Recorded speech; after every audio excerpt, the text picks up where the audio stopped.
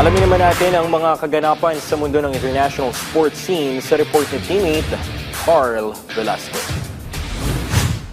Isang mainit na bakbakan ang naganap sa pagitan ng best team in the league na Oklahoma City Thunder kontra sa Denver Nuggets sa kanilang Western Conference matchup nitong nakaraang linggo na naigang lakas ng reigning NBA champions matapos ang 127-121 win sa pangunguna ni League MVP Shai Gilgeous-Alexander na kumamada ng 36 points, 9 assists, 3 rebounds, 2 steals at 2 blocks. Hindi naman sumupat ang dominanteng performance ni 3-time MVP Nikola Jokic na gumawa ng triple-double 23 points, 17 boards at 14 dimes. Samantala, nagkainito naman ang dalawang koponan matapos ang isang controversial move ni OKC guard Lu Dort kay Jokic kung saan natumba ito dahilan para maginit ang Serbian big man at nauwi sa pisikalan. At isang viral clip, kita ang nagngangalit na mata ng kilalang tahimik na sentro na agad ding naawat ng ilang players at officials sa fourth quarter deadlock ng laban.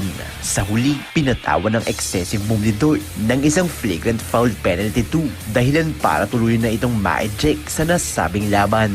Ngunit hindi pa rin ito sapat para maungusan ng Nuggets ang number 1 seed kung saan dahil sa panalo, umangat na ang kartada nito sa 46 wins and 15 losses.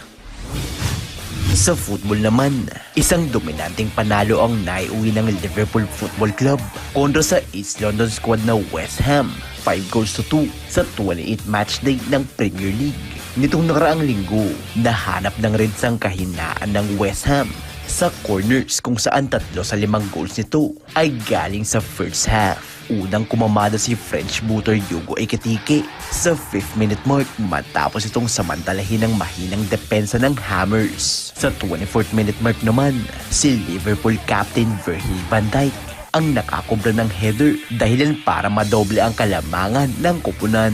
Bago matapos ang first half, nag-iwan pa ng isang goal si Alexis McAllister para gawing 3-2 nilang bakbakan. Pagdating ng second half, naipasok ni Cody Gakpo ang isang tight shot sa pagitan ng West Ham defenders. At bago ang 90th minute mark, tuluyan ang nakuha ng Liverpool ang panalo nang maipasok ni Axel Disasi ang bola sa kanilang sariling goalpost at ibigay ang ika-14 na panalo nito ngayong season.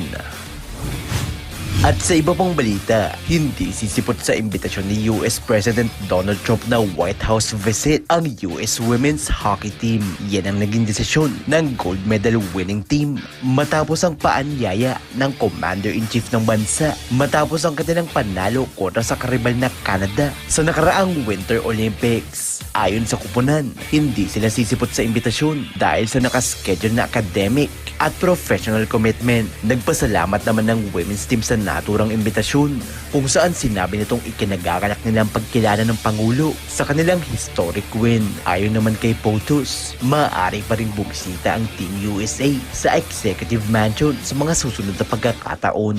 Matatanda ang pinatumba ng Amerika ang reigning World Hockey Champions sa Canada sa gold medal event ng naturang sport sa Milano Cortina sa bansang